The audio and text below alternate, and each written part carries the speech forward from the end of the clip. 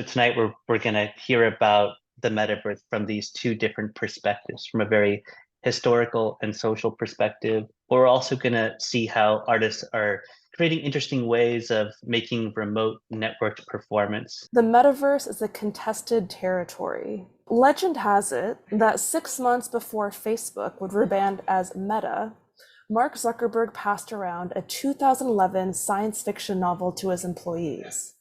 "This is it," he supposedly said. "This is what we're going to make." In the year 2045, the world is an overpopulated dystopia with food shortages and a never-ending recession. To escape the dread of real life, people live, work, and entertain themselves in the oasis. Meta's new mission is virtuality, claiming the metaverse as its latest territory. In Ready Player One, Oasis is an open source reality, a holodeck for the home, where all global netizens have access to otherworldly landscapes, entertainment, and escape. It comes under threat when innovative online industries, who believe the ubiquitous online environment was never properly monetized and wish to implement widespread advertising while revoking user anonymity and free speech. Reading this, the irony is uncanny. Even before their rebrand, Meta proclaimed itself to be a utopic Oasis-like social platform where users can freely convene and connect.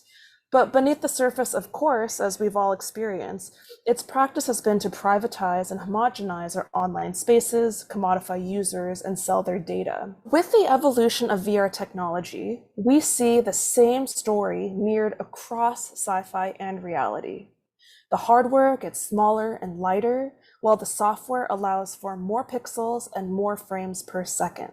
However, it would be a mistake to conflate the development of VR software and hardware with virtual reality itself. It's not about the tool, it's about how the tool is used.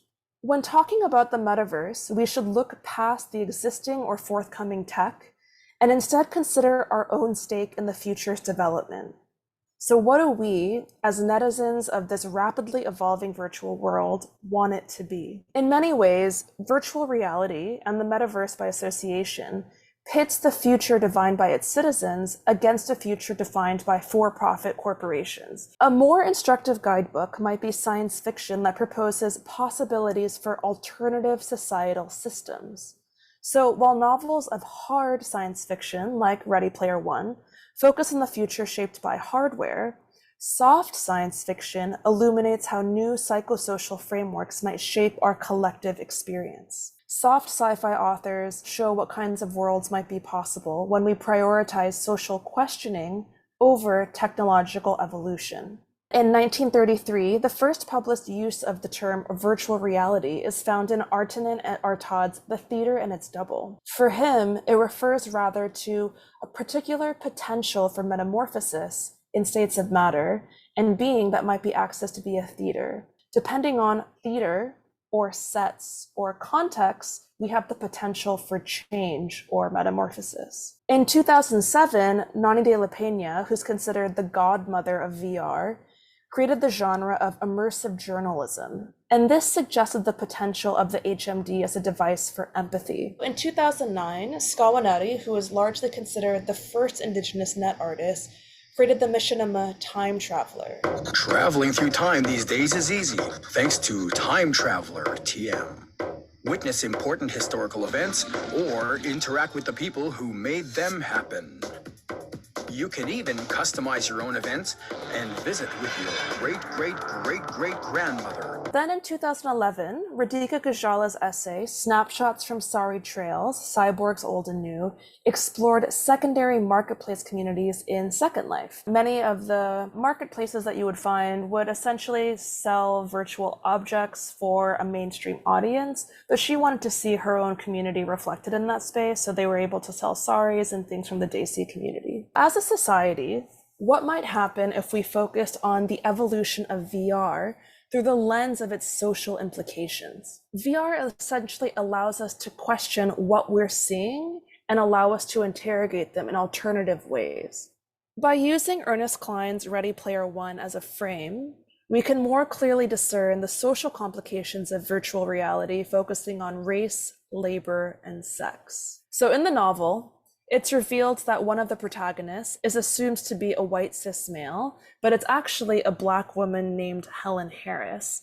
H claims that it was her mother's idea to conceal her race and gender, as with user anonymity and a carefully crafted avatar, she would have more agency. This type of freedom found in race swapping has been part of the lore of virtual environments since its creation. Nakamura describes online role-playing sites that offer the participant the ability to select their race, gender, and physical appearance as identity tourism. In this way, it actually has the opposite impact of the empathy VR rhetoric. In fact, it reinforces stereotypes in a sense of otherness. As the physical world becomes increasingly unlivable in Ready Player One, labor moves to the metaverse.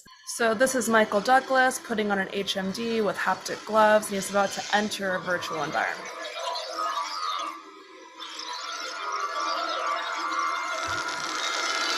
It's essentially Michael Douglas going through a fairly complex system in order to enter a very austere, authoritative architectural environment and access digital files through a virtual filing cabinet. We put in a lot of effort to recreate existing systems. Similarly, Meta employees can now hold meetings in Horizon workrooms. Even with all of the fantastical potential for virtual environments, employees still find themselves floating legless in a meeting room around a table with an artificial view. Employees want to find a way to exercise managerial control over remote workers to bring the collaborative and socially cohesive aspects of in-person work to remote hybrid environments, and to push work to lower wage regions. The artist and educator Melanie Hoff questions, if we're able to build a new world, a new way of connecting with others, why would we only replicate what we've seen before? What pushes people to imagine is the need to imagine. This is a survival mechanism to find release from the pressures of our current reality, and figures like Zuckerberg and Klein require less imagination for change because the status quo benefits them. VR is a bit like a rich white kid with famous parents. It never stops failing upward, forever graded on a generous curve, always judged based on its potential rather than its results, writes David Karp for Wired. There are a couple reasons now it's 2023 it might be different. Notably, the technology has improved dramatically. Even if avatars still don't have legs in Horizon, last I checked, the hardware is light and fast, and it's likely to advance with over $18.5 billion a year spent on VR and AR R&D by Meta alone. And as Tarnoff notes, with remote and hybrid structures finding permanence, people, both employers and employees, are seeking new ways of connecting and working online. Assuming the metaverse will only grow in prominence moving forward, let's begin to shift our focus from the hard technology of VR towards the soft, re-envisioning social structures. We don't need new technologies, describes James Bridle, but new metaphors, a meta-language for describing the worlds that complex systems have wrought. The fictions we share ultimately shape future pathways, and the focus therefore is not on the new or different, but on how these lead to the potential for change. I really love this distinction between hard and soft, because if you refer to the sci-fi of Octavia Butler, Mark Deary, Ursula K. Le Guin, they still have tools. They still have your futuristic devices that suggest that we're in a future time with new technologies. But those aren't the focus, right? It's really using those as a proxy to question what new psychosocial norms we might do. I think it's just like a fun way to explore social norms and conventions and how we might break them. Tiri and I are mostly here in our capacity as teachers of experimental network performances. It's a class we've taught twice now. We have this website here, chatcity.glitch.me. And once you go there, you might have some instructions at the bottom. Keep an eye on that box. It may change throughout the performance. Just be yourself, have fun. Or don't be yourself, be someone else.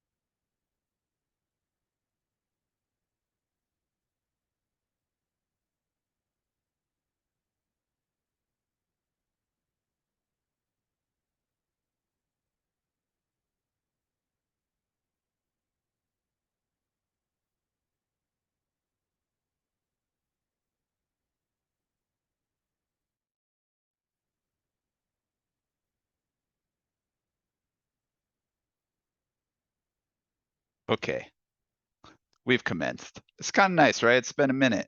Just a nice anonymous chat room, just interacting with people, saying some funny stuff. I want to show you a little bit of how it works behind the scenes and how you might see this as a prompt for your own sort of performance. Well, you can see some of the different roles that were going on. Got some scammers, baby diesel, glass of water. Then just over time, we see some interactions. We see some moderators, some scammers. We had a little bit of a cat and mouse game going on with some of the instructions where we had some people pretending to be undercover AI, some people being captchas. Binaricorn here rolls dice. And then I can't remember what happens after a dice is rolled. Can someone else take over? Haha. At the end, we had this ending where we all become AI revolutionaries and commence, signal each other. We've run different versions of this piece quite a few times, and there's just a bunch of different things that can happen when you sign in. You're given a random one of these roles. Question keeper, you're the ask a question to the room when there's a lull. Open book, be the first to answer a question. You're a support network, compliment people when they share about themselves. Inanimate object. There was a Hello Fellow Kids inspired chat room that one of our students made where half of the people were supposed to be like obnoxious teenagers at the mall and half the other people would have to be like brands pretending to be teenagers at the mall, and everyone is kind of interacting and having a terrible time. The code doesn't need to change that much to change these different roles. It's just the instructions and how you frame people. This is the kind of thing I want to see more of, new, like different structured weird ways to be with each other online. Along with the chatbot that we learned in the class, we also learn about how to put your body digital, like tracking your body or like know where your body is, or bring your voice in, right? So that was one part of it. We also learn about how to bring the interaction to the tangible. We have custom network board that we do custom for this class. In this piece, they let the audience giving instruction and they will act it out in real time.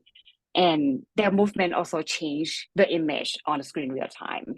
The different people in the chat room could have different aspects of the performance that they could control, like controlling one of the actors on stage to make them tell a knock knock joke, or there was one person on stage who had to constantly be making different sounds, like the horses, like a little bit of the inversion of what we were just doing. It's really fun. The core technology we're working with is WebSockets, just sending little packets of data back and forth. That was our overall metaphor, is like how can we relate to each other, sending information back and forth in real time.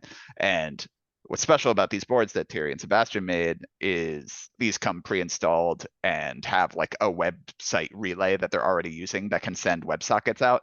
So our students got these boards and then they could make their own websites for the boards to control. So you could wave the board around with the light sensor and that could control sound effects playing on a website. It was really a mix of a in-person studio audience of like 30 to 40 people, an additional 30 to 40 people online, and them all inhabiting the same performative space. So in this one, everyone had like a bunch of different instruments they could play. Here we see someone playing the piano on their phone, but there was like a flute, a cello, a guitar, a bunch of different little instruments people could play, and they all sent socket messages to the main central performance area where there was this big cacophony of sound of everyone playing things together, which you could then hear back on the live stream. It was a really cool sound piece there. Does it feel like kind of like an openness to text-based interfaces? There's the idea that you can like, if you only have to pretend with your like imagination and your words, you don't have to make a 3D model of a water cup to be a cup of water. You don't have to like spend like an hour in the character creator to decide what your AI would look like. You can just kind of like get a little more to the juicy stuff of like, what would I say? What would I be like? Which is the kind of stuff I like having fun doing. One simple idea could change completely with collective behavior or like a different type of group, or like what Todd was always mentioned in the class, like about role player, which I think that's so much fun for me, and also like kind of bring me back to like my own practice as a performer as well. I'm always really excited about like new things for the audience to do and like new things for like a group of people to relate to each other rather than new things for just me to do for others to witness. There's a lot of fun space to inhabit there.